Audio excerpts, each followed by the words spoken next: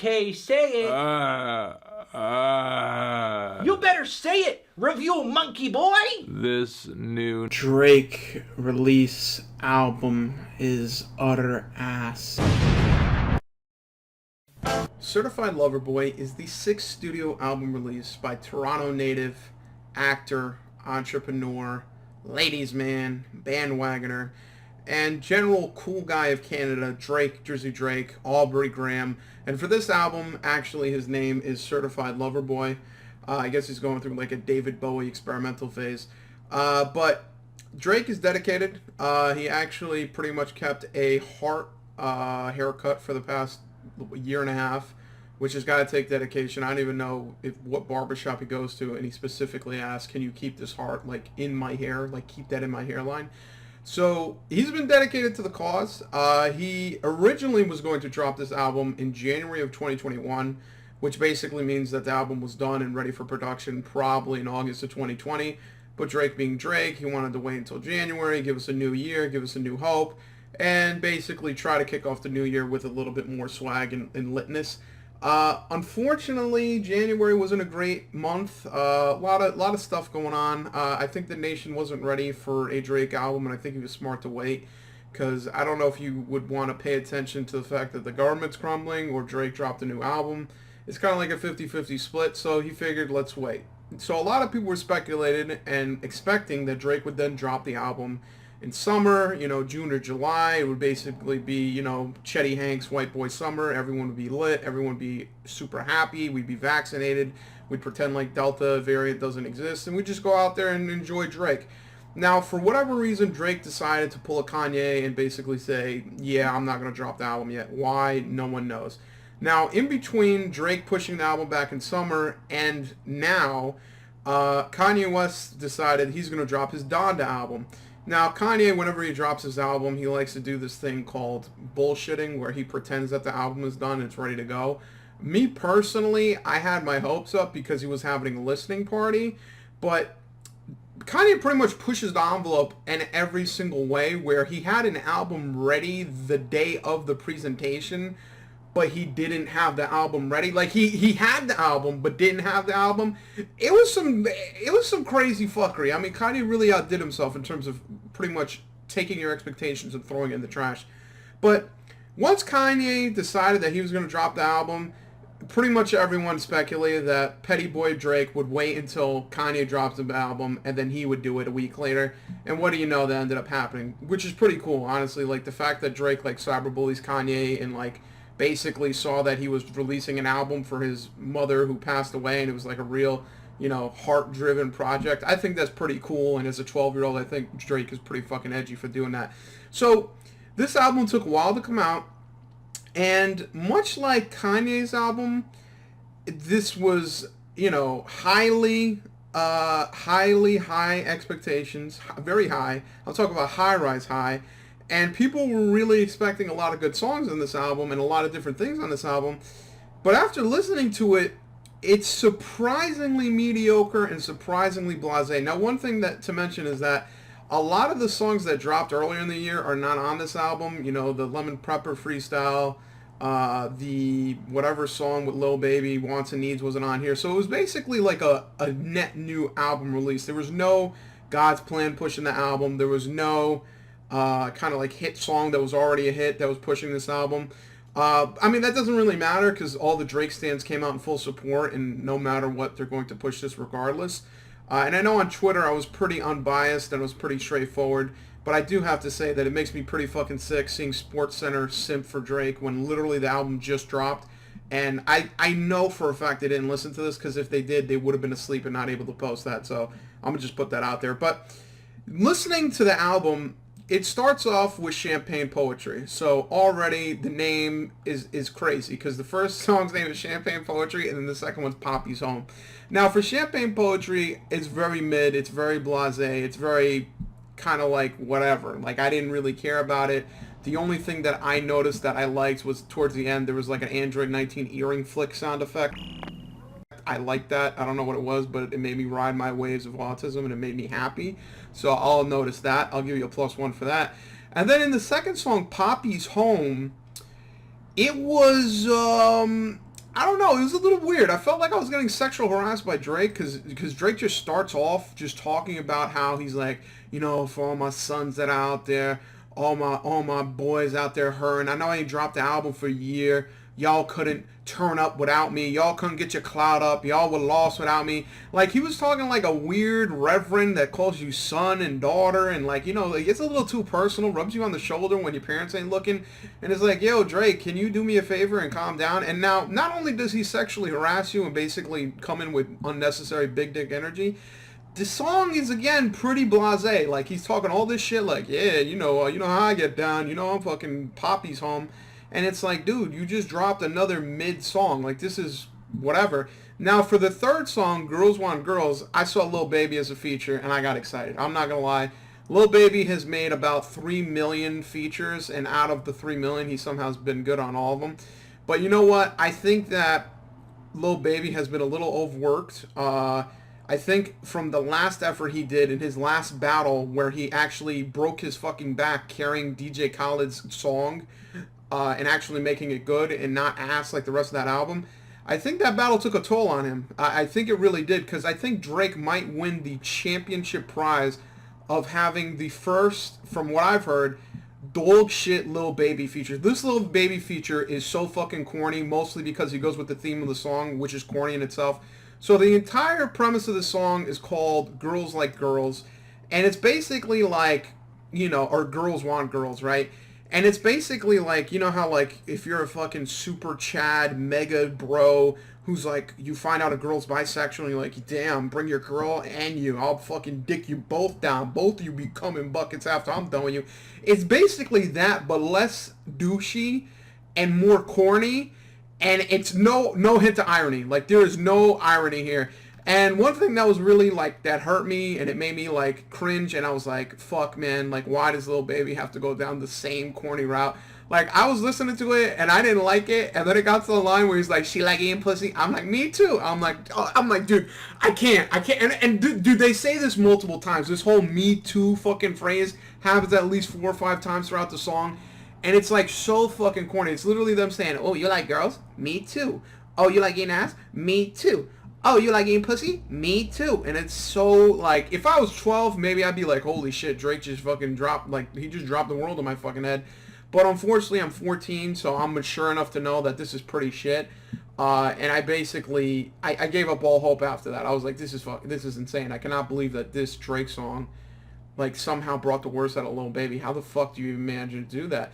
Now, after this Lil Baby song, I'm not going to lie to you, I pretty much fell asleep for the In the Bible song. It is so fucking, I don't even know what happens in there. Oh, actually, no, I take that back. There's one line in the Bible song that I remember reading that made me so happy just because it's so fucking ridiculously, like, misogynistic. And, like, I don't know, it's just so weird because in the song, like, out of nowhere, Lil Durk is just rapping, and it's just kind of blasé, it's whatever, but then he gets a line where he's like, it's not in the Bible to wife off one girl. I'm Muslim, I go by Quran, which, it was such a, like, weird way of saying I'm gonna marry 4 bitches, and it caught my attention, and I gotta say, mashallah to Lil Durk. He, you know, hopefully he converts to Islam and he gets those 4 wives. Now, after that, what comes after In the Bible is a song with Jay-Z. And I'm going to be honest with you, you know, you could say that I'm basically a basshead, boom bap, retard, whatever. It was really weird hearing Jay-Z rap regularly on a super soft beat coming in from Drake rapping super soft. Like, it was just weird. Like, it's like, it almost felt like an oddity where, like, you know how whenever you listen to King's Dead with Kendrick and everyone else, and then fucking Future comes in saying la-di-da-di-da, slob on my knob, and you're like, what the fuck is going on? I felt the same way with Jay-Z. I mean, his rapping was okay. It was kind of whatever.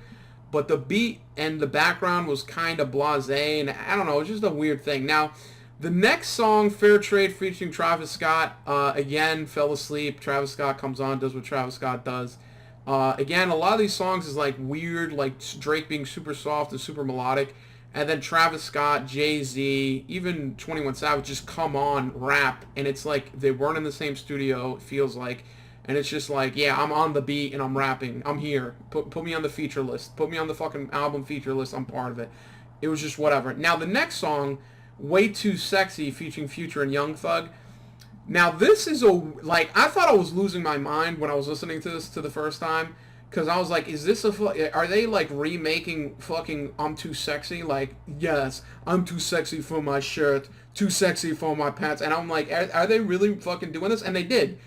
I don't know why they did this. I don't know why they were like, I want to remake this, because it came off like super corny and super like silly.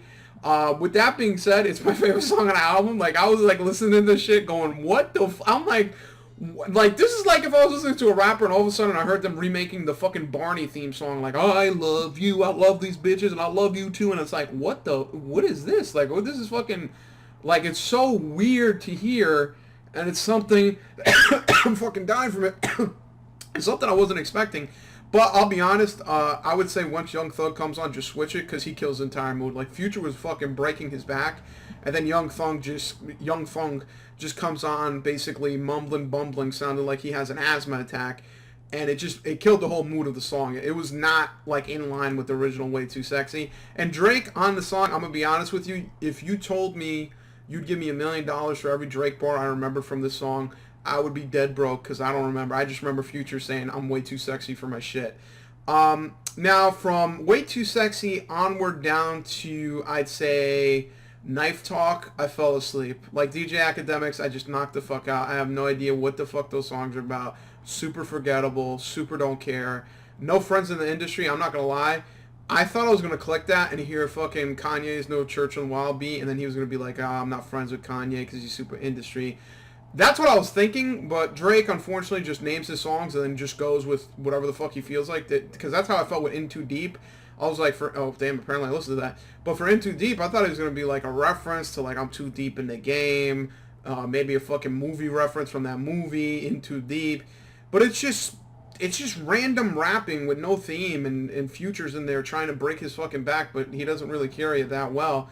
And it's just boring, like literally fucking boring. Like I was literally walking around Costco like an old fucking stepmom, you know, just listening to Drake, because I'm not going to put this shit on in the car. Like, I'm not going to fucking waste my precious ignorance time fucking when I could be listening to Donda. Why would I put on Drake in the fucking stereo system? So I'm walking around Costco listening to this shit, and I'm like, I'm literally falling asleep. Like, I'm fucking tipping over all the fucking 18 gallons of fucking Corona oil. And I don't know. It was so fucking boring. Now, for Knife Talk with 21 Savage, what the fuck? Project Pat is on this song? Dude, Project Pat, yo, that's crazy. I listened to this shit, and I thought Juicy J was in it, but apparently that was Project Pat. Dude, that's crazy. Project Pat hasn't done a song since like 2007. Okay, major points for Drake. He's bringing back 3 6 Mafia. But in this song, Knife Talk, again, it's like Drake just singing wistfully or rapping lowly. And then 21 Savage just comes on and raps. It's like, it seemed like they weren't in the same studio. It's whatever. I didn't really like it. I'll be honest, though. There's one point in the song that makes it worth the listen when 21 Savage simply says, street nigga, not a rapper. Chopper hit him and he turned into a booty clapper. Smith and West. Which is fucking hilarious. I can't believe, like, it's such a fucking visual. Like, you just, like, shoot someone and all of a sudden their booty cheeks are clapping. I have no idea what the fuck kind of imagery they were trying to put in my mind, but I saw it. Thank you, 21. Now from 7 a.m. all the way down to You Only Live Twice. Again, I fell asleep. It was one of those things where you go in and out of consciousness. And now when you get to You Only Live Twice, I've never been more disappointed in my life, because I thought this was gonna be like kind of like a play off the old beat, you know, pretty much new bars, same beat, kind of like a throwback.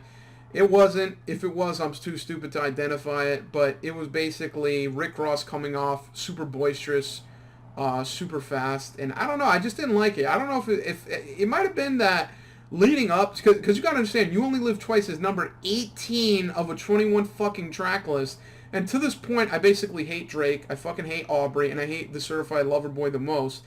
And I'm like basically contemplating suicide, and I don't fucking care. So like maybe this is good, but I just hate it so much. Although I listened to it the second time and even skipped around to the Wayne verse. Again, it just seems like people are rapping. The beat is kind of whatever. And Drake in all these features is always the least valuable player. Like he's the LVP. I have no idea why the fuck he's on it in such a like low tone. Although I'll be honest with you, One of these songs, I think it was Knife Talk, he just gave you the fucking worst behavior, Drake, where he's like, oh shit, watch out, he might fucking bully you. So, at least he gave the energy for that one, but everything else was just like, it was a weird mismatch in energy.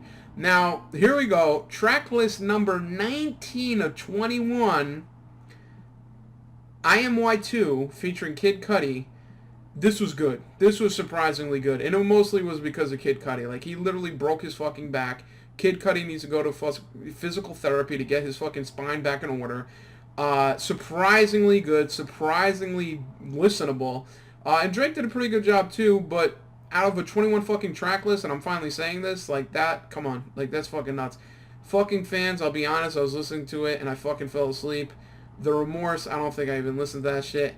It's pretty much, like, this was probably one of the most annoying things to listen to just because of the fact that, first of all, I gotta look at this fucking pregnant emoji album art, which makes me disgusted. I feel like fucking Donda's simple black screen was more thought out than this. And in general, like, I feel like this album that we waited so long for, basically a year and a half, and I know Drake is someone who can wait, considering the fact that he fucking finds 14-year-olds, talks to them, and then becomes friends with them, and waits until they're 18 to fucking go on a date. I don't have that much time. I can't put a fucking 5-year investment plan on a fucking album. I'm sorry. I apologize, Drake. I know you have all this fucking free time, but not everyone has this much fucking time to wait for a project that comes out super fucking mid. I mean, it's crazy to think that Donda, an album that essentially was made in about 3 months, because let's be honest, Kanye West went in there with a general idea, took the fucking stadium over, and, you know, pretty much took the general manager as hostage, is like, yo, I'm fucking living here now. Ended up being way better. It felt like in certain places it was rushed. It felt like in certain places it needed a little more attention to detail. But it was good. I mean, other than the fact there was no Pusha T for fucking feature, it was pretty fucking good. Like, it was pretty great. You could see the vision. You could see what he was trying to do. With this Drake album, it's just a bunch of fucking Drake. Like Drake is just rapping on shit. Drake is doing shit. There's a million fucking features. No one here, like, seems happy to be there. They're like, yeah, I'll be on the fucking Drake album. Why not? Let me do it. And obviously this, you know, whether Drake is good or not, at this point, Drake is like fucking Pepsi and Coca-Cola. He's a household name. He's going to sell 1 million copies. He's going to go triple platinum. And it's going to be great, and nothing's going to stop him. But this really was one of the most blasé, boring, and annoying Drake albums. I'm really happy that Donda came out 2 weeks ago. That way, at least you have something to listen to while we go into this cold, cold winter. I think for this album, the way that's presented, the way that it was shown, I'm really feeling 10 on this record. Yeah, yeah, yeah, yeah, yeah, yeah.